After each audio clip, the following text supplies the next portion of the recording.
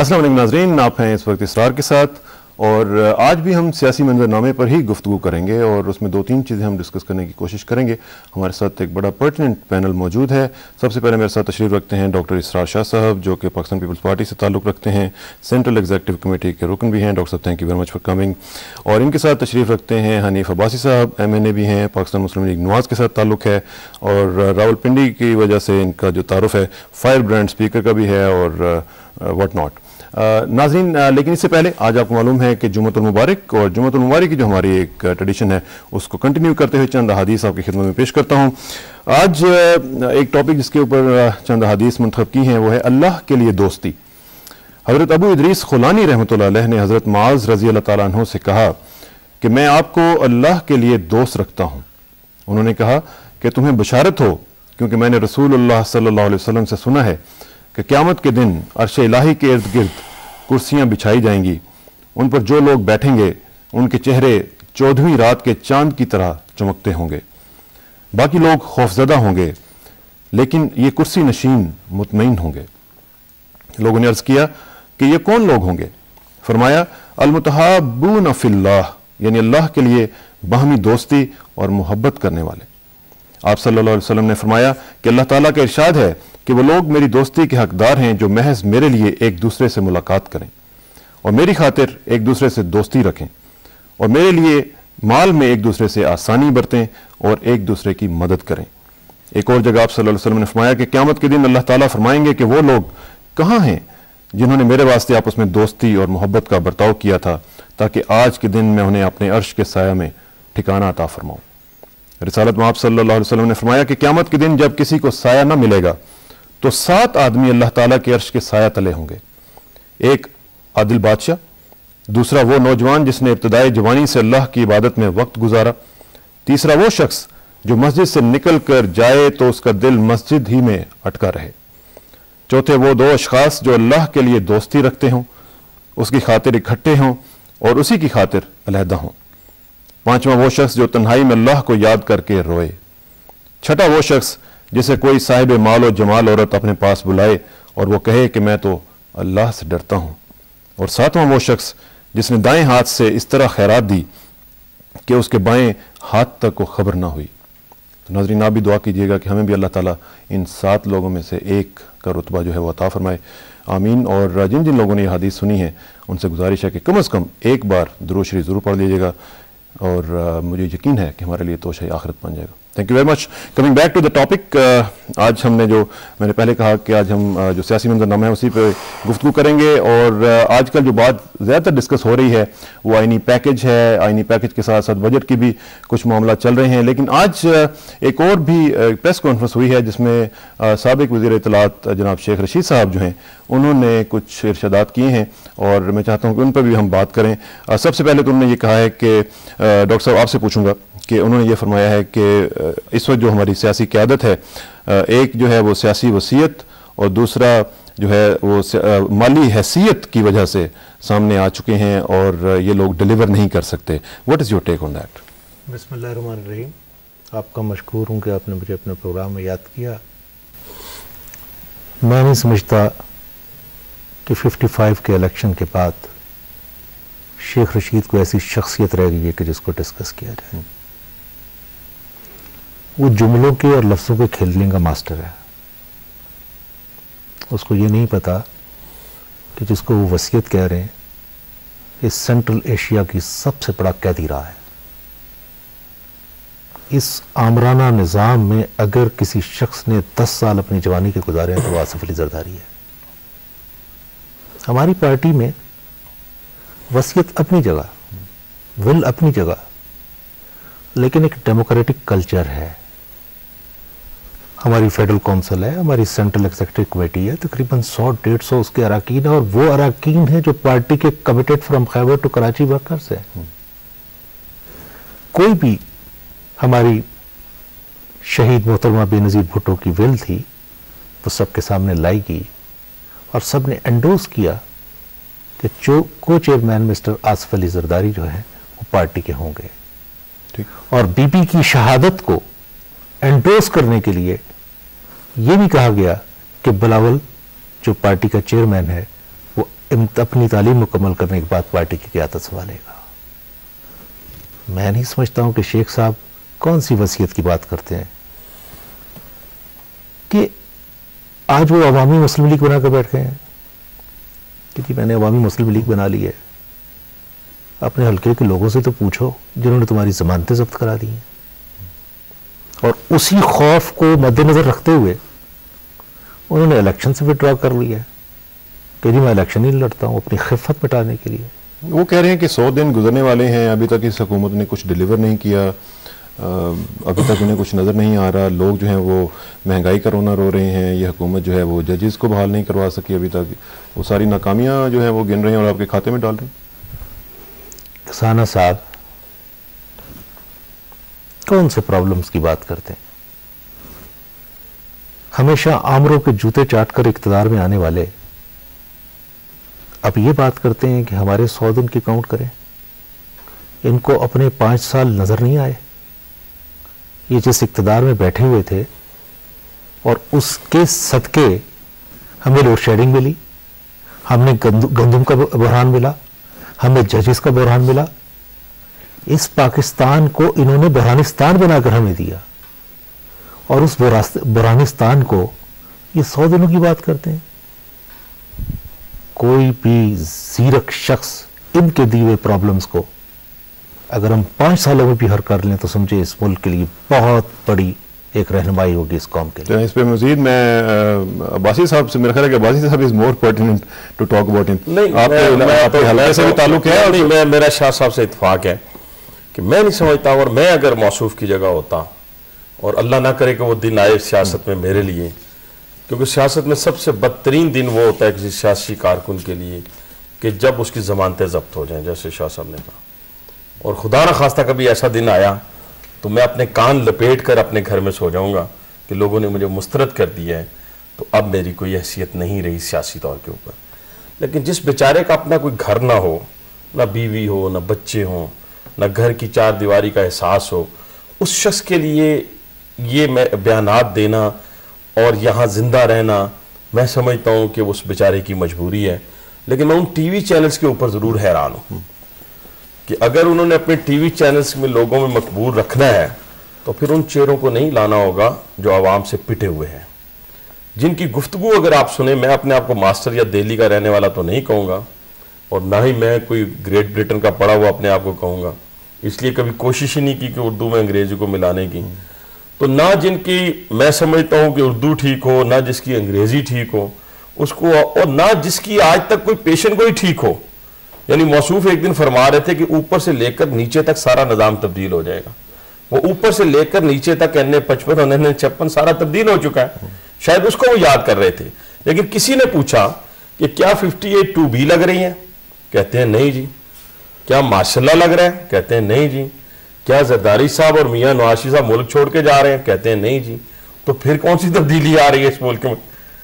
लेकिन मकसद बात करने का ये है, ये एक मदारीपन का स्टाइल है, इसको अब सियासत से खत्म होना चाहिए। और आप लोगों को भी उन लोगों को अहमियत देनी चाहिए, टीवी चैनल्स को, ख्वाह वो प्राइवेट टीवी चैनल्स हों, PTV हों, जिन लोगों को लोगों ने एहतराम और इज्जत के साथ असम्बलियों में पहुंचाया है, जिनका एक मुकाम है।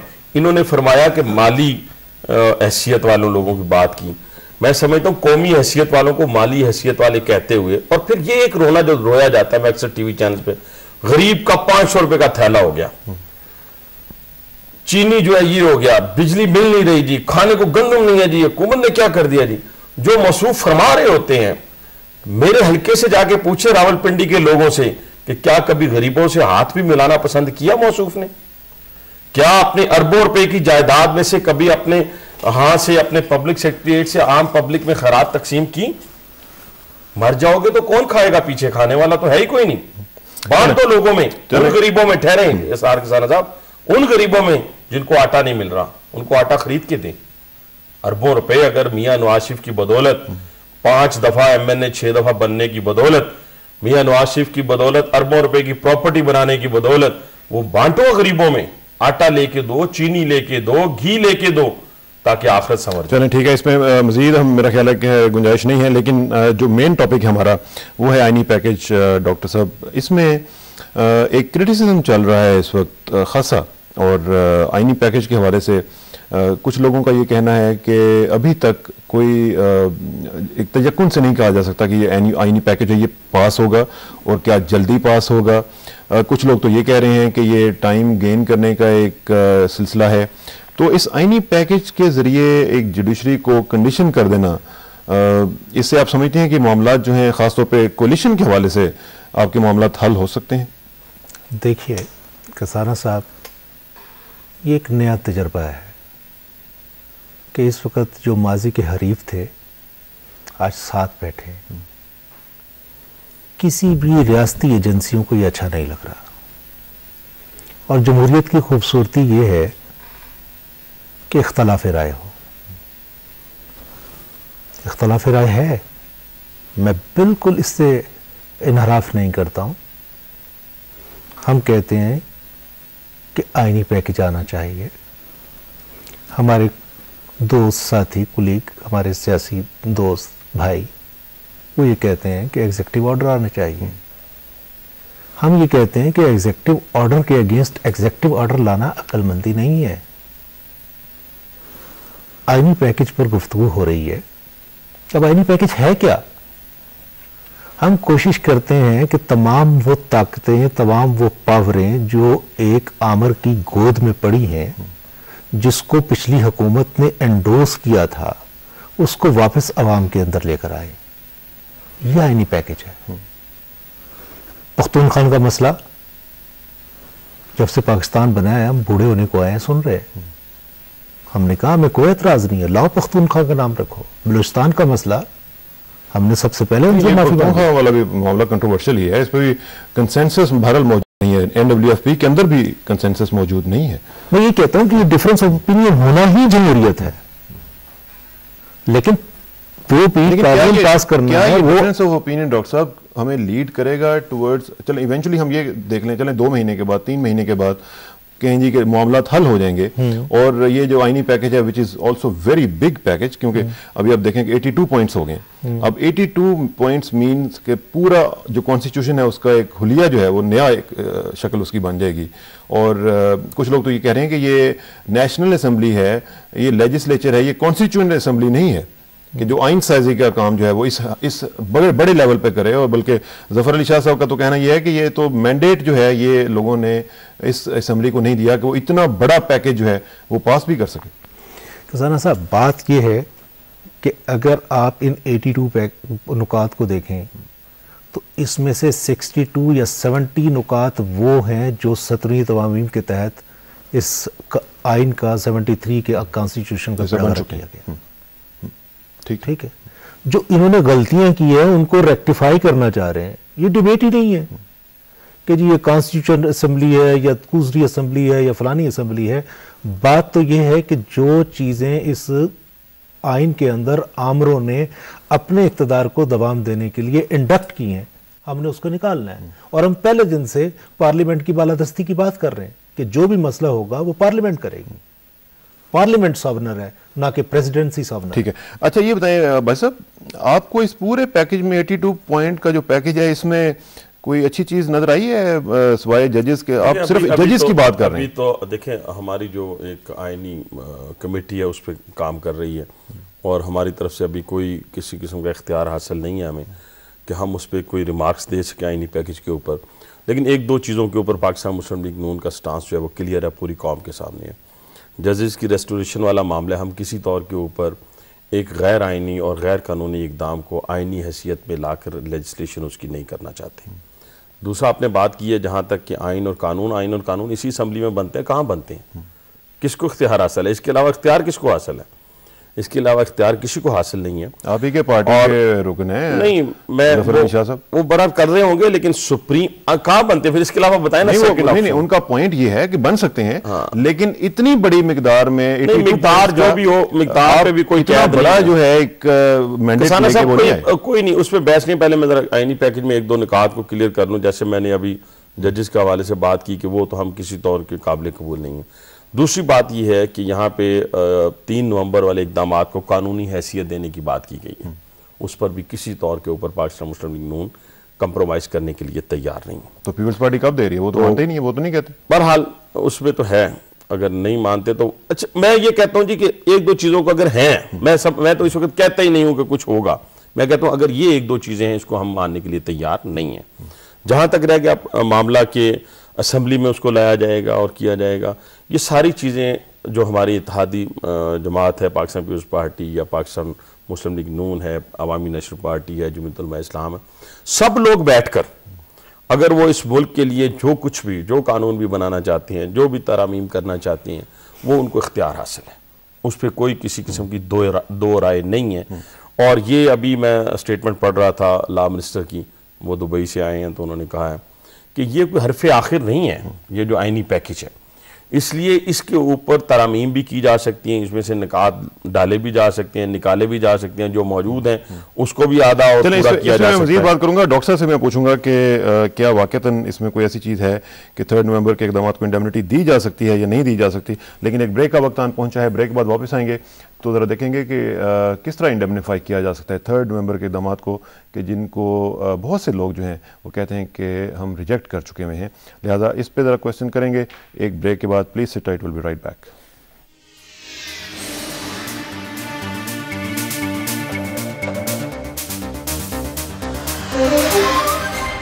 वेलकम बैक नाजरीन। बात हो रही है आइनी पैकेज के हवाले से और इंडेमनिटी के हवाले से 3 नवंबर के इक़दामात की। डॉक्टर साहब, कोई चांस है कि 3 नवंबर के इक़दामात को जो हुए थे, इमरजेंसी के वाक़यात, उनको पीपल्स पार्टी इंडेमनिटी दे दे?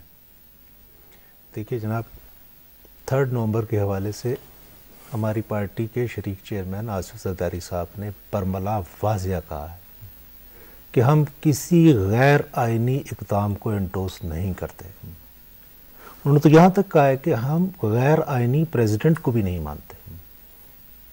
तो जब हमारा इस इशू के ऊपर वाज़िया बात है और पैकेज रिव्यू हो रहा है हमारे सियासी कुलीग्स के दरमियान, तो मैं नहीं समझता हूँ कि ये इतना बड़ा मसला है कि जो हल नहीं हो पाएगा।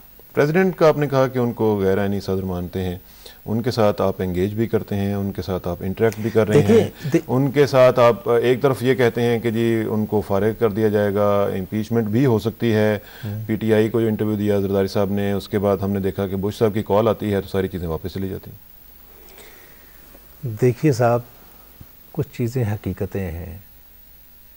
बुश एक हकीकत है? बुश हकीकतें नहीं, कुछ चीज़ें हकीकतें हैं।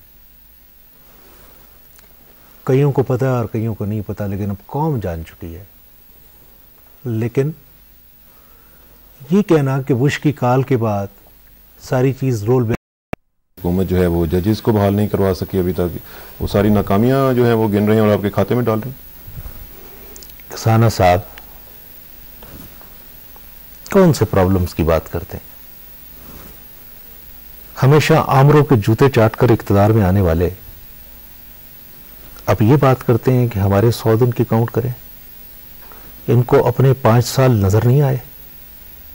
ये जिस इक़्तिदार में बैठे हुए थे और उसके सदके हमें लोड शेडिंग मिली, हमें गंदुम का बहरान मिला, हमें जजेस का बहरान मिला।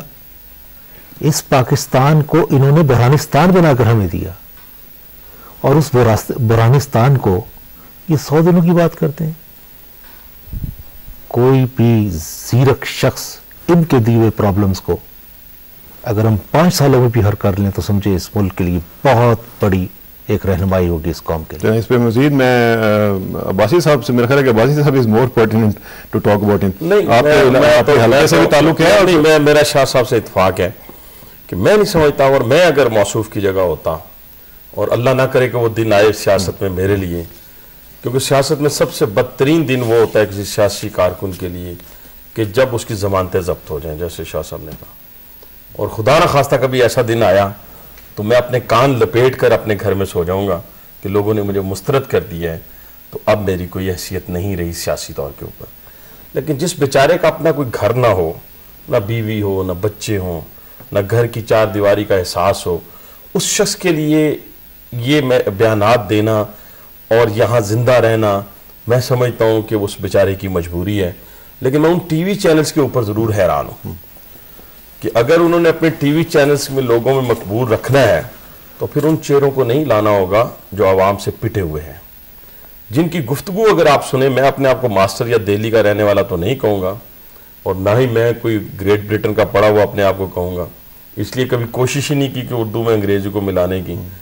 तो ना जिनकी मैं समझता हूँ कि उर्दू ठीक हो, ना जिसकी अंग्रेजी ठीक हो उसको, और ना जिसकी आज तक कोई पेशेंट को ही ठीक हो। यानी मौसूफ एक दिन फरमा रहे थे कि ऊपर से लेकर नीचे तक सारा निज़ाम तब्दील हो जाएगा। वो ऊपर से लेकर नीचे तक NA55 और NA56 सारा तब्दील हो चुका है, शायद उसको वो याद कर रहे थे। लेकिन किसी ने पूछा कि क्या 58(2)B लग रही है, कहते हैं नहीं जी। क्या माशाल्लाह लग रहा है, कहते हैं नहीं जी। क्या जरदारी साहब और मियां नवाज साहब मुल्क छोड़ के जा रहे हैं, कहते हैं नहीं जी। तो फिर कौन सी तब्दीली आ रही है इस मुल्क में? लेकिन अभी बात करने का ये है, ये एक मदारीपन का स्टाइल है, इसको अब सियासत से खत्म होना चाहिए। और आप लोगों को भी उन लोगों को अहमियत देनी चाहिए, टीवी चैनल्स को, ख्वाह वो प्राइवेट टीवी चैनल्स हो, PTV हो, जिन लोगों को लोगों ने एहतराम और इज्जत के साथ असम्बलियों में पहुंचाया है, जिनका एक मुकाम है। इन्होंने फरमाया कि माली हैसियत वालों लोगों की बात की, मैं समझता हूं कौमी हैसियत वालों को माली हैसियत वाले कहते हुए, और फिर ये एक रोना जो रोया जाता है मैं अक्सर टीवी चैनल पे, गरीब का 500 रुपए का थैला हो गया, चीनी जो है ये हो गया, बिजली मिल नहीं रही जी, खाने को गंदम नहीं है जी, हुकूमत ने क्या कर दिया जी।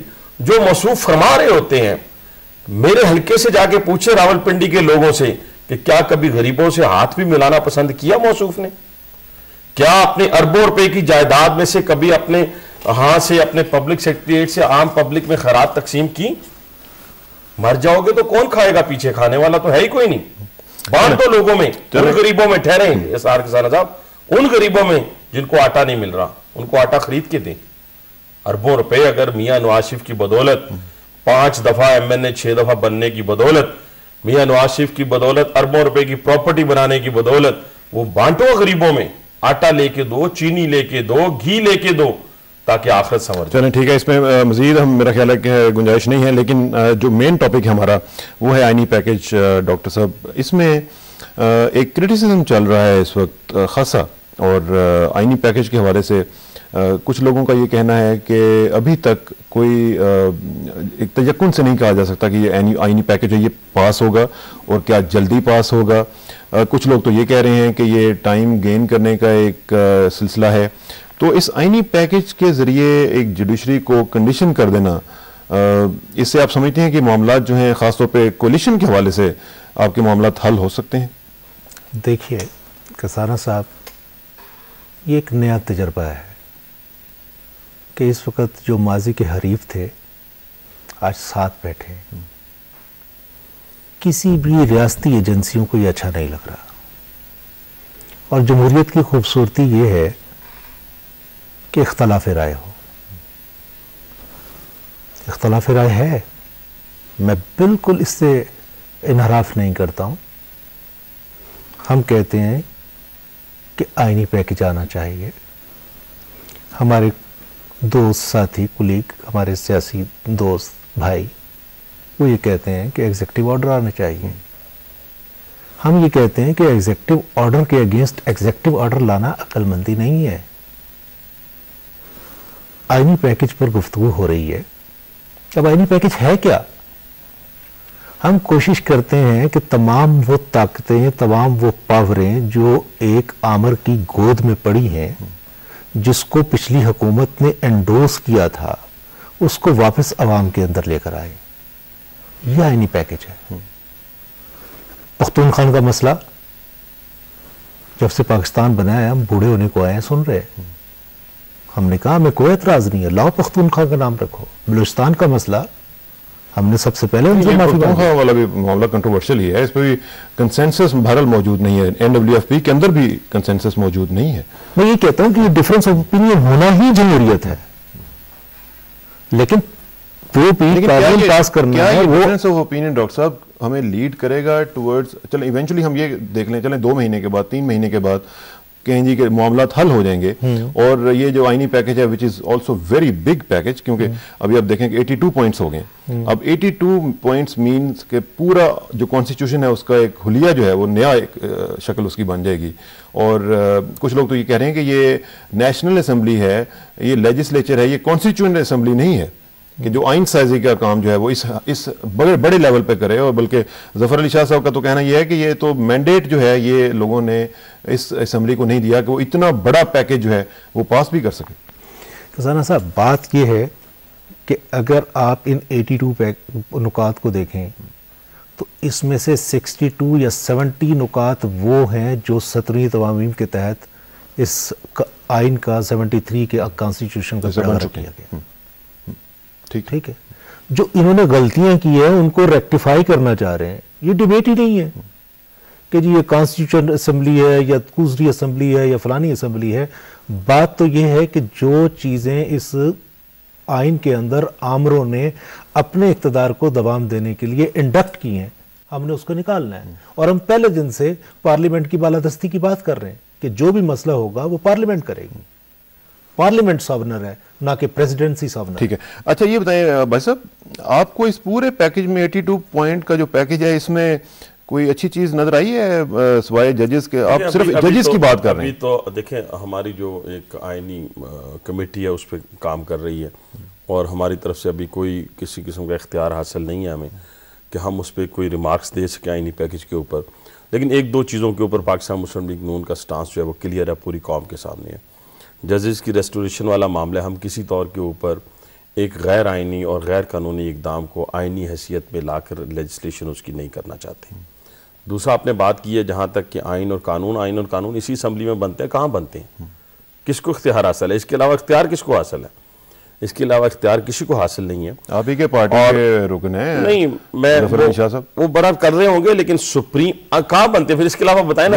नहीं, उनका पॉइंट ये है कि बन सकते हैं। हाँ। लेकिन इतनी बड़ी मिकदार में मिकदार जो भी हो, मिकदार पे भी कोई बड़ा जो है एक मैंडेट कोई नहीं, उस पर बहस नहीं। पहले मैं आईनी पैकेज में एक दो निकात को क्लियर कर लूँ। जैसे मैंने अभी जजेस के हवाले से बात की कि वो तो हम किसी तौर के काबिल कबूल नहीं है। दूसरी बात यह है कि यहाँ पे 3 नवंबर वाले इक़दाम को कानूनी हैसियत देने की बात की गई है। उस पर भी किसी तौर के ऊपर पाकिस्तान मुस्लिम लीग नून कंप्रोमाइज़ करने के लिए तैयार नहीं है। तो पीपल्स पार्टी कब दे रही है? वो तो मानते ही नहीं है, वो तो नहीं कहते। बहरहाल उसमें तो है, अगर नहीं मानते तो अच्छा। मैं ये कहता हूँ जी कि एक दो चीज़ों को अगर हैं, मैं तो इस वक्त कहता ही नहीं हूँ कि कुछ होगा। मैं कहता हूँ अगर ये एक दो चीज़ें हैं, इसको हम मानने के लिए तैयार नहीं है।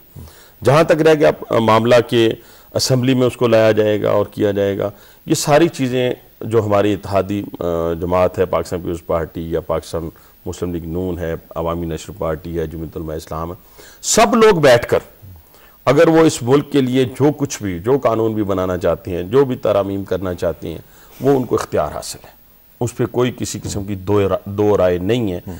और ये अभी मैं स्टेटमेंट पढ़ रहा था लॉ मिनिस्टर की, वो दुबई से आए हैं, तो उन्होंने कहा है कि ये कोई हरफ़े आखिर नहीं है ये जो आइनी पैकेज है, इसलिए इसके ऊपर तरामीम भी की जा सकती हैं, इसमें से निकात डाले भी जा सकते हैं, निकाले भी जा सकते हैं, जो मौजूद हैं उसको भी आधा और पूरा किया जा सकता है। मज़ीद बात करूंगा डॉक्टर साहब से। मैं पूछूंगा कि क्या वाकईतन इसमें कोई ऐसी चीज़ है कि 3 नवंबर के इक़दाम को इंडेमनिटी दी जा सकती है या नहीं दी जा सकती? लेकिन एक ब्रेक का वक्त आन पहुंचा है, ब्रेक के बाद वापस आएंगे तो ज़रा देखेंगे कि किस तरह इंडेमनीफाई किया जा सकता है 3 नवंबर के इक़दाम को, कि जिनको बहुत से लोग जो हैं वो कहते हैं कि हम रिजेक्ट कर चुके हुए हैं।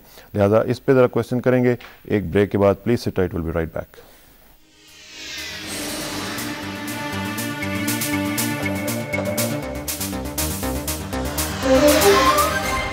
वेलकम बैक नाजरीन। बात हो रही है आइनी पैकेज के हवाले से और इंडेमनिटी के हवाले से 3 नवंबर के इक़दाम की। डॉक्टर साहब, कोई चांस है कि 3 नवंबर के इक़दाम को जो हुए थे, इमरजेंसी के वाक़यात, उनको पीपल्स पार्टी इंडेमनिटी दे दे?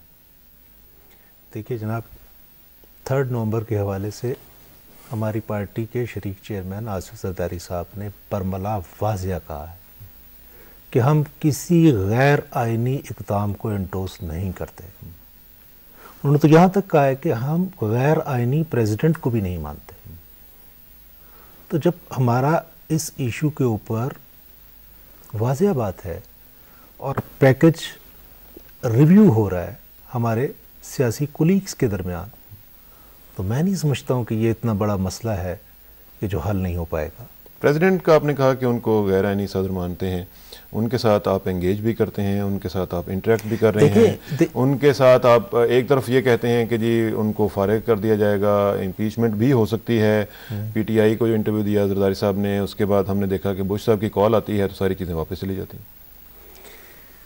देखिए साहब, कुछ चीज़ें हकीकतें हैं। बुश एक हकीकत है, बुश हकीकतें नहीं, कुछ चीज़ें हकीकतें हैं। कईयों को पता और कईयों को नहीं पता, लेकिन अब कौम जान चुकी है। लेकिन ये कहना कि बुश की कॉल के बाद सारी चीज़ रोल बैक हो गई और फलाना हो गया और फलाना हो गया, नो, ऐसा नहीं है।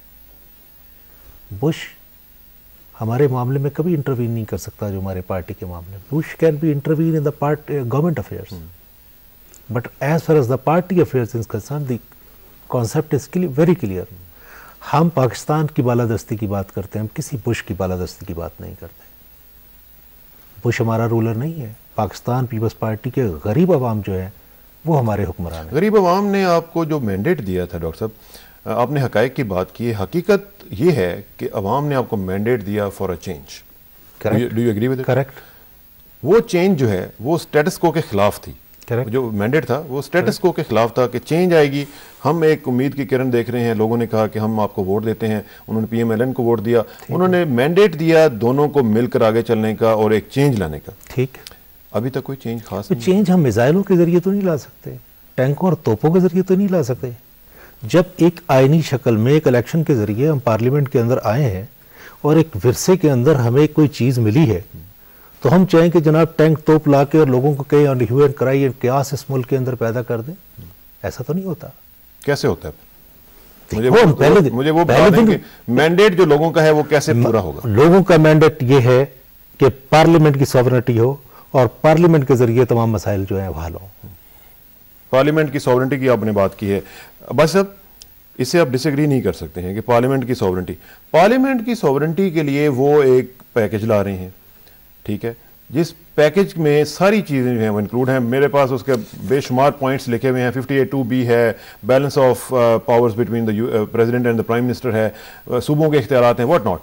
तो सॉवरेनिटी ऑफ द पार्लियामेंट के लिए आप उनके साथ क्यों नहीं शामिल होते? हम तो शामिल हैं।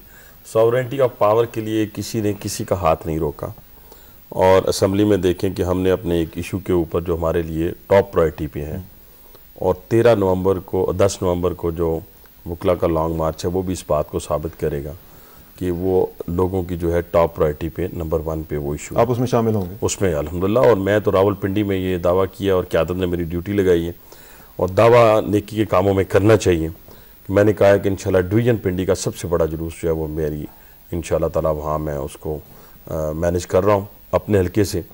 लेकिन जहाँ तक बात है, देखें, ये तो अभी आपने जो बात की, पाकिस्तान पीपल्स पार्टी को जो वोट मिला है या पाकिस्तान मुस्लिम लीग नून को जो वोट मिला है वो एंटी मुशर्रफ मिला है। मैं छोड़ देता हूँ किसी एक इशू को ले, एंटी मुशर्रफ मिला है। अब लोगों की तौक़्क़ुआत ये थी कि हम असम्बली में पहुँचेंगे और जो शख्स तमाम मसाइल की जड़ है उसको फ़ौरन हम रिमूव कर देंगे, जजेस को अपनी जगह पे पहुँचाएंगे, केस वहाँ लगा हुआ है और मामला। तो आप देखें, जब मुझे कल भी गिलानी साहब से मेरी मुलाकात हुई और उसमें भी मैंने जिक्र किया कि जब उन्होंने ये कहा कि हम जजेस को रिहा करते हैं, उन्होंने एक एग्जीक्यूटिव ऑर्डर जारी किया, तो वहाँ पे जो गैलरीज भरी पड़ी थी, क्योंकि पीएम का पहला खिताब था। यकीन माने उन्होंने ये नहीं मालूम था कि इसके आदाब क्या होते हैं गैलरीज के, कि यहाँ बैठ के कोई क्लैपिंग कर सकता है कि नहीं कर सकता। पूरी कौम में खुशी की लहर। इसी तरीके से पाकिस्तान पीपल्स पार्टी की जो को चेयरपर्सन है अपना आसिफ अली जरदारी साहब, उन्होंने स्टेटमेंट्स दी तवातर के साथ 4 दिन कि जनाब इम्पीचमेंट के लिए तैयार हो जाए, हमारे पास नंबर्स पूरे हैं। पूरी कौम में खुशी की लहर दौड़ गई। लोगों का इस वक्त टारगेट जो है ना जी, वो ये है कि एक काम आप करने के लिए जा रहे हैं, जमहूरियत को बहाल करने के लिए जा रहे हैं, तो फिर डिक्टेटरशिप के खात्मे के लिए जा रहे हैं। नहीं, तो वो जो कह रहे हैं कि हम जो डिक्टेटरशिप का खात्मा है, ये चेंज जो है वो मिसाइलों के जरिए तो नहीं आएगी। नहीं, तो हम एक ग्रेजुअल प्रोसेस के लिए। नहीं, मैं थोड़ा सा इसमें मेरा अपना एक पॉइंट ऑफ व्यू है, फिर वो कोई वाज़ेह बड़ा इख्तलाफ नहीं है। इसीलिए तो अभी तक हम अपोजिशन बेंचों में नहीं बैठे हुए हैं, हुकूमती बेंचों में बैठे हुए हैं। और कभी अभी स्टेटमेंट भी चल रही है कि बजट पास कराने में भी मदद करेंगे। और ये बड़ी बदकिस्मती होगी किसाना साहब कि अगर ये दो डेमोक्रेटिक फोर्सेस खुदा न खास्ता आज अपनी दो राहें कर लें, जुदा हो जाएं, तो ये मुल्क और कौम की बदकिस्मती होगी। तो मैंडेट के खिलाफ तो मैं बिल्कुल यही कह रहा हूं। लेकिन मैं ये कहना चाहता हूं, लोगों की ख्वाहिशात क्या आती। मैंने कहा कि जरदारी साहब के 4 दिन तवातर के साथ स्टेटमेंट आई, लोगों में खुशी की लहर दौड़ गई। उसमें यह है कि हम भी नहीं चाहते कि हम किसी अवान सदर के ऊपर कोई मिसाइल मारना चाहते हैं, या कि हम भी हर काम जो है इस मुल्क में आइन और कानून के तहत रह के करना चाहते हैं, लेकिन उसके साथ जो आइन और कानून का ताबे हो, जिसने आइन और कानून की ताबेदारी की हो, उसके साथ नहीं जिसने गैर आईनी और गैर कानूनी तरीके से कब्जा थोड़ा सा इसमें एक चीज बताइए। मैं उसी तरह प्रेसिडेंट जो है, अब प्रेसिडेंट की बात मैं करता हूं, अब प्रेसिडेंट का रोल वो वाला रोल नहीं है जो कि उनका हुआ करता था। सर रोल नहीं अब अगर वो बिल्कुल मिनिमम लेवल कसाना साहब 22 देखें ना, अभी इन्होंने कहा कि सारे के सारे मिसाइल हमें विरसे में मिले हैं, और इसमें कोई शक नहीं है।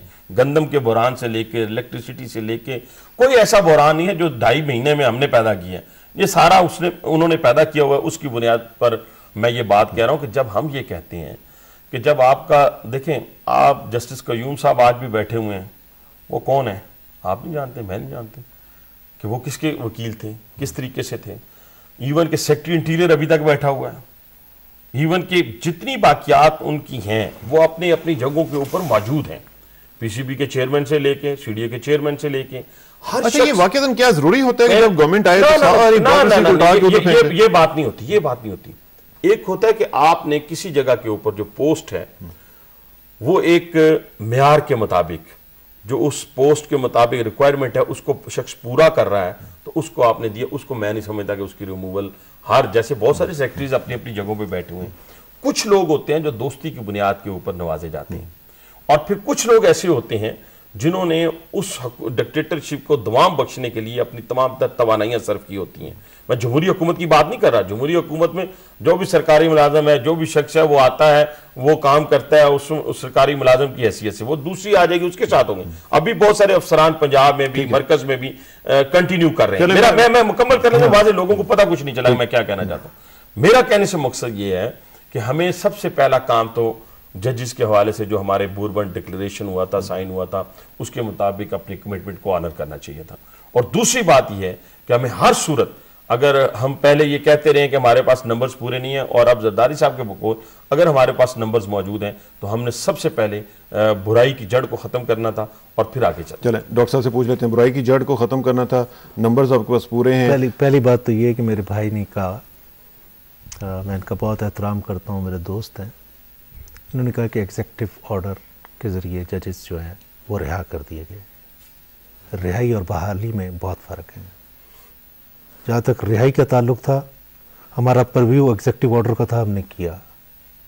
जहाँ तक बहाली का ताल्लुक था, वहाँ परव्यू अब as per the law and the constitution बहाली का नहीं बनता। मेजर जो पुराने चीफ जस्टिस रिटायर्ड हैं, जो लॉयर्स हैं, उनकी मेजॉरिटी ये कहती है कि it is with in your purview कि आप एक एग्जेक्टिव ऑर्डर के जरिए उनको रिस्टोर भी कर सकते हैं। लेकिन हमारे जो लीगल एक्सपर्ट्स जो हैं, हमारे जो पार्टी के लोग हैं, आपकी पार्टी के एतजाज हसन साहब कहते हैं 10 मिनट में हो सकता है। एतजाज हसन साहब का देखें, हमारी पार्टी के अंदर मौजूद है, उनका अपना पॉइंट ऑफ व्यू है, हम उनके पॉइंट ऑफ व्यू का एहतराम करते हैं, हम इस वजह से उनके कोई खिलाफ नहीं है। दैट उनकी अपनी सोच है, हमारे लिए बहुत रिस्पेक्टेबल है। नहीं तो मेजॉरिटी ऑफ द पीपल, लेकिन पीपल्स पार्टी के अंदर भी अपनी जो पीपल्स पार्टी का एक लीगल विंग है, लीगल एक्सपर्ट्स हैं, पीपल्स पार्टी के लीगल लोग हैं, उनका अपना पॉइंट ऑफ व्यू है फॉर द उनका पॉइंट ऑफ व्यू है for the stability of the government. तो हम नहीं चलते with the restoration of the judges, do you think the political stability is at stake? No. Restoration of जो judges है, that's very important. That's we are for, but we are backing it with a package. कि यार ये एक मसला है, यहाँ तो और मसले भी हैं, यहाँ तो इसको निकालना है जो बैठा है। इसके साथ ये ज़मीनी क्वेश्चन मुझे थोड़ा सा ये बता दें कि जो 82 पॉइंट का ये पैकेज है, इसके ऊपर अगर एक पॉइंट के ऊपर भी 2 घंटे 4 घंटे भी अगर बहस होती है असेंबली में, तो 82 पॉइंट्स के ऊपर तो मेरा ख्याल है कि महीनों लग जाएंगे डॉक्टर साहब। ये तो फिर इसका मतलब है कि हम जमूत का शिकार रहेंगे, पूरी कौम जमूत का शिकार रहेगी। पहले विद इन द पार्टी, देखिए ये एक मसवदा तैयार है, with in the party circulate होगा, ये भी डिसाइड होगा with in the among the party. तो फिर मैं समझता हूँ कि मेजॉरिटी पार्टी हमारे MNAs हैं, वो कहाँ डिबेट करेंगे। जब मियाँ नवाज शरीफ साहब फैसला कर देंगे कि ओके, जरदारी साहब फैसला कर देंगे ओके, ANP वाले फैसला कर देंगे ओके, तो कहाँ वहाँ बहस चलेगी? वहाँ तो जुम्बश कलम के अंदर आमर यहाँ पर गिरते हुए नजर आएंगे। तो फिर पार्लियामेंट में बहस नहीं अगर होगी तो फिर सॉवरेनिटी ऑफ द पार्लियामेंट क्या हुई फिर? किस चीज पे बहस? तो डिबेट जो है वो पार्लियामेंट में तो नहीं हो रही है। बहस तो वो होती है जो जिस चीज पे कोई लड़ाई हो।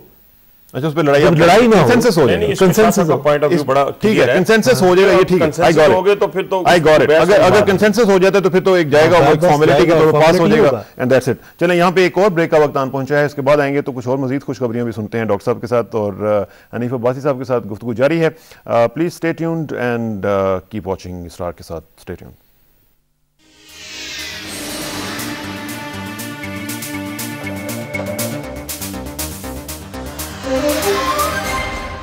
वेलकम बैक नाजरीन। बात हो रही है आईनी पैकेज के हवाले से और साथ साथ एक पॉइंट और भी आज हमने डिस्कस करना है, जरा जंप लेते हैं और थोड़ा सा जरा लाइट टोन में बात करते हैं क्रिकेट के हवाले से और बात करते हैं पीसीबी के डायरेक्टर मीडिया जनाब मंसूर सुहेल साहब के साथ और उनसे पूछते हैं कि ये आजकल हो क्या रहा है हमारे साथ और हमारे जो हीरोज, सो कॉल्ड हीरोज हैं, वो हमें जीरो बनाने की कोशिश कर रहे हैं। मंसूर साहब, अस्सलाम वालेकुम जी। अस्सलाम वालेकुम। मंसूर साहब कैसे हैं जी? आप खैरियत से हैं? आप ठीक ठाक हैं? बस शुक्र है अल्लाह का, बिल्कुल ठीक। लेकिन हम ठीक नहीं हैं। हमें ये जरा बताइएगा कि इस वक्त कौम जो है वो बड़ी फ्यूरियस है कि आए दिन कोई ना कोई स्कैंडल हमारे जो क्रिकेटर्स हैं, हमारे जो सो कॉल्ड जिनको हम इज्जत देते हैं, हीरो बनाते हैं, वो हमें लेट डाउन करने की आए दिन कोशिश करते रहते हैं। ये क्या हो क्या रहा है जी आसिफ साहब के हवाले से? आप बिल्कुल सही कह रहे हैं। हम लोग आपके इस तशवीश में हम आपके बराबर शरीक हैं क्योंकि पाकिस्तान क्रिकेट बोर्ड ये चाहता है कि ये सब जो हमारे क्रिकेटर्स हैं, जो हीरोज हैं, ये आगे वाली जनरेशन के लिए रोल मॉडल बने और इन लोगों को एहसास होना भी चाहिए और हम दिलवाते भी हैं। और मैं आपको बताऊं कि हमने जो कोड ऑफ कॉन्डक्ट डिवाइस किया है उसमें खास तौर पे ये सोच के ही रखा गया है कि वो आगे आने वाली जनरेशन के लिए कुछ इन लोगों को रोल मॉडल के तौर पे सामने पेश करें और ये हर तरह से किरदार के हवाले से खेल के मैदान में, ऑफ द फील्ड, एक ऐसे किरदार का मुजाहरा करें जो आगे आने वाली जनरेशन। लेकिन मंसूर साहब, क्या आप ये समझते नहीं है कि कोड ऑफ कॉन्डक्ट जो होता है वो किताबी शक्ल में होने के साथ साथ उसकी कुछ इम्प्लीमेंटेशन जो है वो भी होनी चाहिए? क्योंकि हम देखते हैं कि अकाउंटेबिलिटी ना हमारे नेशनल लेवल पे है ना इंस्टीट्यूशनल लेवल पे है। जो आदमी काम करता है ही गेट्स अवे विद इट और फिर होता यह है कि हम लोग शर्मिंदगी का शिकार होते हैं पूरी दुनिया में। असल बात ये है कि हम तो उसे अप्लाई करने की बहुत कोशिश करते हैं और आपने देखा होगा अभी शोएब अख्तर के सिलसिले में हमने कोड ऑफ कॉन्डक्ट को अप्लाई किया और डिसिप्लिन एनफोर्स किया और डिसिप्लिन एनफोर्स करने के जितने कानूनी जवाबित हैं उनके मुताबिक चले और उसमें किसी फर्द का इसमें कोई अमल दखल नहीं था। इसमें पाकिस्तान क्रिकेट बोर्ड और उसका जो कोड ऑफ कॉन्डक्ट है उसके मुताबिक शोएब के साथ पोजीशन ली गई।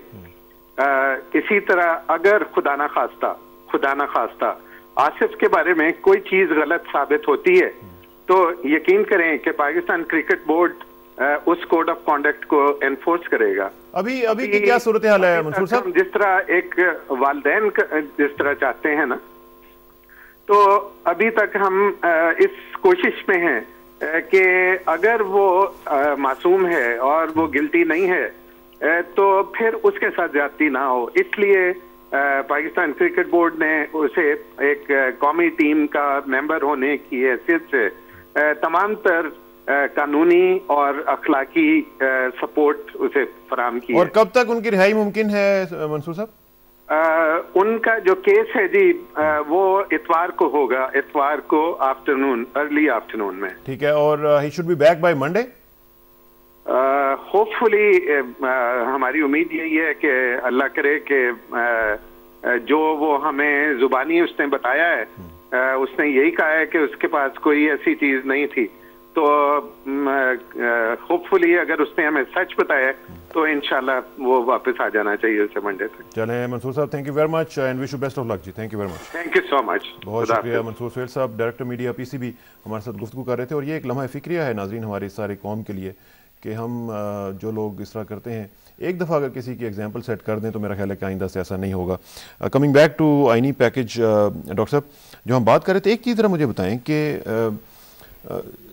आप जिसको कह रहे हैं कि तमाम आमरीत और ये सारी चीज़ें विद इन द पार्टी क्या डिबेट है उनके बारे में, उनके स्टेटस के बारे में? Are you gonna engage with him और आप उनके साथ काम करने के लिए तैयार हैं, या are you committed to get rid of him? किन के साथ? Talking about the president. No जनाब, आज़ा पार्टी का मौक़िफ़ है, हम उनके साथ नहीं है। हमारे पार्टी के को चेयरमैन साहब ने पार्टी की सेंट्रल एग्जीक्यूटिव की मीटिंग के बाद जो यूनानिमस डिसीजन हुआ है पूरी बॉडी का, उन्होंने आके प्रेस कॉन्फ्रेंस की है कि हम वार्न करते हैं इस प्रेसिडेंट को कि वो रिजाइन दे के चला जाए, और अगर रिजाइन दे के नहीं जाएगा तो हम इसके खिलाफ इम्पीचमेंट लाएंगे। So this is party's this is the party statements which is being issued by our leader. So is there any discrepancy between the party and the government on this issue? I don't think so. Government भी उसी तरह सोच रही है जिस तरह I don't think so. Government is a party government, but government को अपने अफेयर्स की तरफ चलना है और पार्टी को अपने अफेयर्स की तरफ चलना है। ठीक है, तो इसमें भाई साहब आपका जो व्यू है वो वही व्यू है जो इनका है। मुझे समझ नहीं आती, फिर आप वजारतें छोड़ के आप चले गए और आपने गवर्नमेंट को अच्छे खासे मुश्किल में डाल दिया। साहब ये बात अभी विश्रार साहब ने कही कि वो काम हो सकता था एग्जीक्यूटिव ऑर्डर्स की सूरत में, और जजेस जो हैं वो बहाल नहीं हो सकते। जैसे अभी भी आपने मिसालें दी कि जो जस्टिस वजीउद्दीन से लेके और एतजाज़ एहसन और जस्टिस तारक और तमाम लोगों से लेके सबका ये मौक़िफ़ है, और बात उसमें तकरीबन तय भी हो गई थी, और बात यही थी कि एग्जीक्यूटिव ऑर्डर होगा, डी नोटिफाई होंगे वो लोग जो पहले यहाँ पर आके सुप्रीम कोर्ट में बैठे हैं, और नोटिफाई होंगे जो लोगों को निकाला गया था। दैट्स इट, बात ख़त्म हो जाती। लेकिन बहरहाल हमने तो एक जो आपने वजारतें छोड़ने की बात की है, उसमें तो हमारा मौक़िफ़ पूरी कौम के सामने, मैंने पहले भी कहा है कि क्रिस्टल है, और वो ये था कि जब हम वजारतों में जाना नहीं चाहते थे। हमने कहा कि मरकज़ में पाकिस्तान पीपल्स पार्टी की अक्सरियत है, पाकिस्तान पीपल्स पार्टी हुकूमत बनाए। तो ज़रदारी साहब ने कहा कि नहीं, अगर आप हमारे साथ हुकूमत में शामिल नहीं होंगे तो हम हुकूमत नहीं बनाएंगे। तो फिर बात यहाँ पे चली कि ठीक है जी, हम हुकूमत में शामिल होने के लिए तैयार हैं, लेकिन हमारे लिए प्रॉब्लम ये है कि हमने इलेक्शन लड़ने से पहले जितने हमारे उम्मीदवारान थे उनसे हमने हलफ लिया था कि हम अदलिया की आज़ादी के लिए और जजेस की बहाली के लिए हमारी टॉप प्रायोरिटी होगी जब हम असम्बली में पहुँचेंगे। उन्होंने कहा ठीक है जी, इसमें हमारा भी कोई इख्तलाफ नहीं है। जैसे आज इसरार शाह साहब कह रहे हैं, बात तय होगी।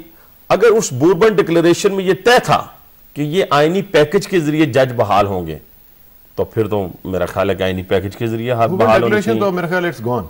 नहीं, कभी इस तरह नहीं होता। देखें मेरी किसाना साहब, मैं समझता हूं कि इतनी बड़ी डेमोक्रेटिक फोर्सेस ने बैठकर 500 के करीब वहां पे आपके इलेक्ट्रॉनिक मीडिया वाले, जिसमें इंटरनेशनल भी थे, डोमेस्टिक भी थे, सारे लोग थे, वो वहां बैठे हुए थे, और उनकी मौजूदगी में इट्स रेलेवेंट स्टिल नाउ।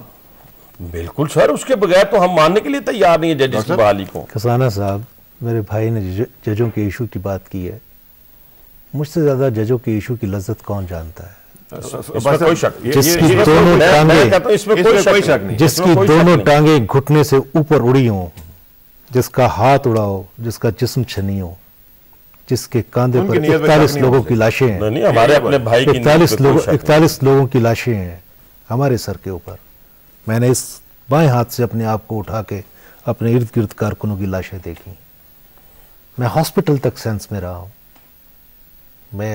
हम कभी भी जजेस इश्यूज के ऊपर, आईनी मजबूरियां जरूर हो सकती हैं, टाइम थोड़ा सा लग सकता है, लेकिन हमारी नियतों और इरादों में फतूर नहीं। मेरा ख्याल है कि we should give you appropriate time. भाई साहब, इसमें आपको भी थोड़ा सा नहीं, मेरा देखें ना, जहां तक हमारे भाई की कुर्बानी का ताल्लुक है, हम तो वो लोग हैं जो अपने कारकुनान की बहुत ज़्यादा कदर और मंजिलत, और इन्हीं की वजह से मैं समझता हूँ पार्टियाँ जिंदा, इन्हीं कारकुनान की वजह से पार्टियाँ जिंदा हैं। सही बात। मैं सिर्फ इतनी बात ज़रूर कहूँगा कि वो 30 अप्रैल गुजर गया, 12 मई गुजर गया, तो जब दो बड़ी फोर्सेस जो हैं कौम के सामने आके कमिटमेंट करती हैं, तो उसको ये नहीं कहा जा सकता कि ये ख़त्म हो गई बात और अब इस बात की कोई अहमियत नहीं है। बात की अहमियत है, और उस अहमियत को अभी तक जो है उसकी नीयत पे, जैसे अभी आप कह रहे हैं कि अल्लाह करे 10 दिन बाद बहाल हो जाए, हम ये कहते हैं कि बहाल होने चाहिए। जज्बों को देखना चाहिए। अगर 30 की डेट थी तो that was theme was we want to do it. अगर कोई आईनी कॉम्प्लिकेशन आ जाए तो मसाइल है, दैट्स अनदर पार्ट। ठीक है। अच्छा, इसमें मैं जो आईनी पैकेज है इसमें कुछ चीज़ें हैं जो टेक्निकल हैं। मसलन आर्टिकल 95(2) जो है वज़ीर आज़म के खिलाफ अदम एतमाद जो है उसमें नामुमकिन हो जाएगा जब तक कि सक्सेसर नामजद ना हो।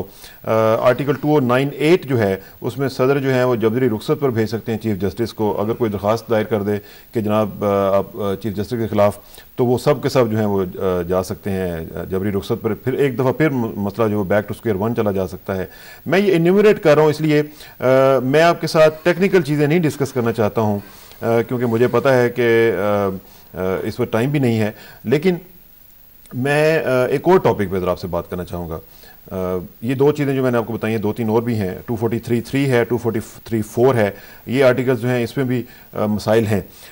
लेकिन मुझे ये बताइएगा, अब टाइम चूँकि कम है, बजट के हवाले से ज़रा मुझे बताएं कि गवर्नमेंट की क्या प्रायोरिटीज़ हैं। डॉक्टर साहब, इस वक्त लोगों का एक कंसर्न मौजूद है। पिछली हुकूमत की गलतियां, उसकी तमाम जो कोताहियां थीं, अब उनको बार बार हम दोहरा नहीं सकते। क्या गवर्नमेंट की प्रायोरिटीज नजर नहीं आई पूरी कौम को? बजट आने से पहले 1 स्केल से लेकर 15 स्केल तक तमाम लोगों को जो कॉन्ट्रैक्ट पर साल से लटके हुए थे हमने रेगुलराइज किया है। और 1.5 लाख फैमिली जो है, ग्रेट अचीवमेंट, 1.5 लाख फैमिली जो है इस वक्त तहफ़्फ़ुज़ का शिकार है। तहफ़्फ़ुज़ की मीन्स में आ चुकी है। और ये आपने उनको सिक्योरिटी दे दी है, जॉब सिक्योरिटी दी है। मेरा ख्याल है कि इट इज इन हालात के अंदर, जिस हालात के अंदर एक मुल्क के अंदर मुआशी बहरान है, और उस मुआशी बहरान के अंदर हमारा ये स्टेप है कि हमने लोगों को रेगुलराइज किया है। बिल्कुल ठीक है। इसमें वासिफ आप कुछ कहना चाहेंगे? जी बिल्कुल, बहुत बड़ी बात है और इसका जिक्र तो आज भी हमने वक्फा सवालात में मेरी तरफ से एक सवाल था, और जब मैंने एजुकेशन के हवाले से पूछा कि पूरे पाकिस्तान में जितने लोग कॉन्ट्रैक्ट बेसिस के ऊपर हैं उनका क्या बनेगा, तो खुर्शीद शाह साहब ने कहा कि वो लोग भी इसी में आते हैं और सब के सब जो हैं वो मुस्तकिल होंगे। और अभी जब मैं PTV में आ रहा था तो आपके बाहर से खड़े हुए लोगों ने जो इस 1 से लेकर 15 तक मुलाजमीन हैं, उन्होंने बड़ा हमें वार्म वेलकम कहा। और बड़ा अभी भी कुछ लोग जो हैं वो चाहते हैं कि उनको रेगुलराइज किया जाए। मैं डॉक्टर साहब आपकी वसातत से गवर्नमेंट से ये कहना चाहूँगा कि PTV के जो कॉन्ट्रैक्चुअल मुलाजमीन हैं उनके लिए भी रेगुलराइज करने के लिए आप कुछ करें, क्योंकि वो भी डिजर्व करते हैं और पिछले कई सालों से PTV को अपनी खिदमत सारे होंगे, इंशाल्लाह सब होंगे। हम बैठे इन्हीं के लिए बैठे हैं, सारे पाकिस्तान पीपल्स पार्टी आई इनके लिए। क्या बात। अच्छा बस अब इसमें एक चीज़ मुझे बताइएगा कि आपकी एक्सपेक्टेशंस वफाकी बजट के हवाले से क्या हैं गवर्नमेंट से? देखिए जी, इसमें तो हमें ऐसी पॉलिसियाँ मुरतब करनी है जिसमें 2 चीज़ें हमने करनी है किसाना साहब। पहली बात यह है कि मैं अक्सर इन्हीं जगह के ऊपर आपके पास बैठकर, रिकॉर्ड मौजूद है, कोई ये नहीं है कि आज हम पीट रहे हैं उन वज़रा की तरह जो उस वक़्त तो बोले नहीं, आज कोई अमेरिका की बात कर रहा है और कोई लाल मस्जिद पे रो रहा है और कोई कह रहा है जनाब साहब मैंने कहा था इस तरह ना करें उस तरह ना करें। उस वक़्त किसी ने कुछ नहीं कहा, उस वक़्त सब कुछ साथ थे। हम उस वक़्त भी ये कहते थे कि इस मुल्क को दुबई की तरह ट्रेडिंग कंट्री ना बनाएं। 15 लाख की आबादी और 16 करोड़ की आबादी में फ़र्क है, और यही वजह, ये आटे की किल्लत कहाँ से आई वो आपको पता है सारी सूरत हाल का, किस तरह गंदम बाहर भेज दी गई और अपना पता नहीं कि खाने के लिए कितनी चाहिए। कोई इंडस्ट्री लगी है इस मुल्क के अंदर? किसी इंडस्ट्री की बात करें, अगर आपके पास इंडस्ट्री नहीं होगी तो आप कहाँ लोगों को रोजगार दे सकेगी? आप ऐसे मौके इस बजट में मैं ख्वाहिश रखूंगा खास तौर पे इंडस्ट्री के हवाले से कि इंडस्ट्री को ऐसा फरोग देना चाहिए कि अगर कोई इंडस्ट्री लगाना चाहता है तो मैं समझता हूं कि उससे यह भी ना पूछे कि पैसे कहां से आए हैं, उसको 3 साल बाद इनकम टैक्स लेना शुरू करें। और फिर वो इंडस्ट्री लगाना चाहता है तो उसको इलेक्ट्रिसिटी चाहिए, उसको गैस चाहिए, तो उसको इलेक्ट्रिसिटी और गैस प्रायोरिटी पे मिले और 7 दिन के अंदर अंदर मिले कि ये इंडस्ट्री लगाने लगा। इलेक्ट्रिसिटी कहां से इलेक्ट्रिसिटी मिलेगी? 10 घंटे की लोड शेडिंग हो रही है। मेरी बात सुने किसाना साहब, मेरी बात सुने, ये बात फिर वही आ गई शाह साहब वाली कि पिछले 8 साल में तो 1 मेगावाट बिजली पैदा नहीं हुई, 25,000 देहातों को आपने बिजली दे दी। हम ये नहीं कहते कि आपने क्यों दी, लेकिन ये पॉलिसी का मैं समझता हूं कि बहुत बड़ा फ्लॉ था कि आपको पता ही नहीं है कि आपके पास देने के लिए कितना है और आप दिए जा रहे हैं, तो फिर तो खजाने भी खाली हो जाते हैं। तो जहां आपके पास इलेक्ट्रिसिटी मौजूद नहीं तो आपने 25,000 देहातों को कैसे दे दी, किस तरीके से दे दी? मैं ये कहता हूं कि अगर हुकूमत ने कहा है कि नेक्स्ट ईयर 2009 अप्रैल तक हम 1,000 मेगावाट या 2200 मेगावाट जो है वो पूरा करेंगे, तो वो गवर्नमेंट अगर करेगी तो ये डेमोक्रेटिक गवर्नमेंट है, ये करेगी। हम उससे ज़रूर रखती हैं। मैं डॉक्टर साहब मैं आपसे जरा पूछूंगा, ये इलेक्ट्रिसिटी के ऊपर थोड़ा सा मुझे जरा ब्रीफ कर दें कि इलेक्ट्रिसिटी इशू पे इतना क्रंच है हम फेस कर रहे हैं। उधर से आपने कालाबाग डैम जो है वो शेल्व कर दिया, ख़त्म कर दिया मंसूबा, जो कि एक बहुत वायबल मंसूबा था, जो प्रैक्टिकली पॉसिबल भी था और बहुत जल्दी हो सकता था। मैं समझता हूँ जो मंसूबा कौमों की तकसीम पर मामूर है, उस मंसूबे पर नहीं रहना चाहिए। तो आप हमें बहुत पहले खत्म कर देना चाहिए। आप तो कंसेंसस गवर्नमेंट है, आपको तो कंसेंसस बिल्ड करना है। जरदारी साहब ने सबसे बड़ी बात की, उन्होंने कहा कि रिकंसिलिएशन हम करेंगे। अगर छोटे छोटे डैम इस चीज को पर्पस को पूरा करते हो तो मैं नहीं समझता हूँ कि उस डैम के ऊपर आकर अटक जाए। ये बात को हम कर लेंगे, काला डैम बाग डैम बनना है नहीं बनना है, खत्म होना है, जो कुछ होना है, लेकिन जो ऑलरेडी छोटे छोटे डैम बने हुए हैं इस एनर्जी क्राइसिस को अब तो भाषा डैम के ऊपर भी एतराजात आने शुरू हो गए हैं डॉक्टर साहब, जो कि एक दूसरा बड़ा मंसूबा है। तो छोटे छोटे कितने बनाएंगे? आने चाहिए। मैं इस पे थोड़ा इसमें तो रबर डैम बनने चाहिए। There is a new idea of the rubber dam in the world. Rubber dam PMLN का क्या मौक़िफ़ है? कालाबाग डैम के हवाले से जो बुनियादी फलसफा है पाकिस्तान पीपुल्स पार्टी का, उससे हमारा कोई इख्तिलाफ नहीं है कि कंसेंसस होनी चाहिए, और कंसेंसस अगर नहीं है तो सूबों को महरूमियों का शिकार नहीं करना चाहिए। लेकिन पहला सवाल तो मैंने आप 3-4 दिन पहले राजा परवेज़ अशरफ साहब के साथ इसी चैनल पे मैं बैठा हुआ था, तो मैंने एक क्वेश्चन किया था। मैंने कहा था कि क्या किसी ने कोई डिमांड किया था कि कालाबाग डैम को आप ख़त्म कर दें? किसी की तरफ से कोई आई, कोई शोर मचा? किसी भी पार्टी ने, किसी रीजनल पार्टी ने, किसी और ने, किसी ने नहीं कहा कि कालाबाग डैम इस वक्त हमें बनना है या नहीं बनना। कालाबाग डैम इशू ही नहीं था। और दूसरी बात है कि आप कहते हैं कि कंसेंसस के साथ ये प्रोजेक्ट जो है वो मुकम्मल होना चाहिए था, तो फिर उसी मुशावरत के साथ आपको उसको ड्रॉप करना चाहिए था। क्या उसके लिए आपने किसी इत्तेहादी जमात के साथ बैठकर मुशावरत की? क्या फिर आपने उसी सुप्रीम पार्लियामेंट से पूछा कि ये आपके हक में है कि नहीं है? हम ये नहीं चाहते, मैं पाकिस्तान मुस्लिम लीग किसी सूरत नहीं चाहती कि वो सिंध को नाराज करके, फ्रंटियर को नाराज करके ये काम जो है वो करें, लेकिन हम चाहते हैं कि हर काम के पीछे एक मुशावरत का अमल जो है वो ज़रूरी है।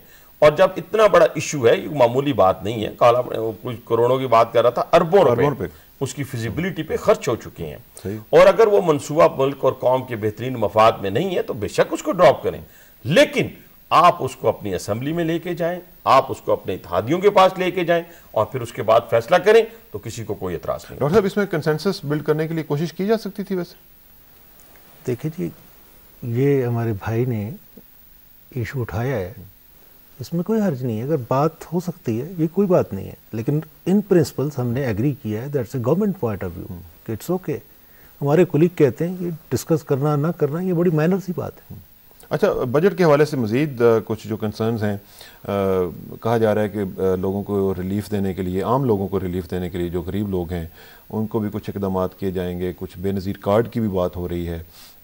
तो इस तरह की जो चीज़ें हैं वो आप एक्सपेक्ट कर रहे हैं? हमने ट्रेलर दिखा दिया है, हमने ट्रेलर दिखा दिया, वो बड़ा वाज़ेह ट्रेलर है। फिल्म अच्छी होगी? फिल्म अच्छी है। हिट होगी? हिट नहीं होगी। अच्छा, 1.5 लाख घरों से पूछो जो बेचारे लटके हुए थे। मुझे पता है ना, मैं अपने पब्लिक पब्लिक सेक्रेटरीट के अंदर बैठता हूँ। मैं कहता हूँ जी किसाना साहब, जो बात आपने की है, हमारी यकीन माने कि ये दिल के अंदर से दुआ है कि ये फिल्म हिट हो, लोगों के मसाइल हल हों। और मैं समझता हूँ कि लोगों के बुनियादी मसाइल हल ही वो कर सकते हैं जो ग्रास रूट से निकल कर असम्बलियों में पहुंचे हों।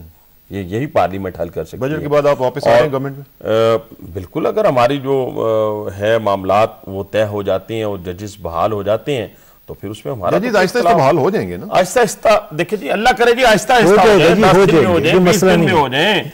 आपने सिर्फ सवाल वापस ला रही है डॉक्टर साहब? देखिए जी, आपने सवाल वापस ला रही है? अब हमने इनको छोड़ा ही नहीं है जनाब। नहीं छोड़ा, नहीं, हम कब कह रहे हैं जी, हमने तो कहा है कि, लेकिन देखें एक इशू है जिसके ऊपर एक हमारा स्टैंड है और हम चाहते हैं, हमारी ख्वाहिश नहीं है कि वो हल ना हो। हम तो कहते हैं ये बड़ी, मैं आखिर में एक फिक्रा कहता जाऊं, ये बड़ी बदकिस्मती होगी जी कि इस मुल्क को अवाम ने अपनी जाती कुर्बानी, अपने जाती मफादात कुर्बान करके असम्बलियों में उन्होंने कोई छोटा इशू नहीं बात की। कोई ऐवान सदर, कोई एजेंसी, ये हमारे पास बहाना नहीं है कि हमें फलां ने चलने नहीं दिया और फलां ने चलने। बिल्कुल सही कह रहे हैं डॉक्टर इसरार शाह साहब, आपका बहुत शुक्रिया, thank you very much. Shanif Abbasi साहब, आपका बहुत शुक्रिया। नाज़रीन, ऑप्टिमिस्टिक नोट पे ही आज भी हम प्रोग्राम को ख़त्म कर रहे हैं। आप भी दुआ कीजिएगा कि पाकिस्तान में जो मामलात इस वक्त चल रहे हैं वो बखूबी हल हो सकें और कंसेंसस बिल्ड हो सके तमाम इशूज़ के ऊपर। और आखिर में दुआ कि मेरी इज़्ज़त के लिए काफ़ी है मेरे मौला कि मैं तेरा ही बंदा हूँ, मेरे फ़ख्र के लिए काफ़ी है कि तू ही मेरा परवरदिगार है। तो बिल्कुल उसी तरह है जिस तरह मैं चाहता हूँ, मुझे भी उसी तरह बना दे जिस तरह तू चाहता है। सपुर्दम बतोमाए खेशरा तू दानी हिसाब कम बेशरा। मुझे इसरा किसाना को नेक्स्ट टाइम तक के लिए इजाज़त दीजिए। परसों इंशाल्लाह मुलाकात होगी। अल्लाह हाफ़िज़।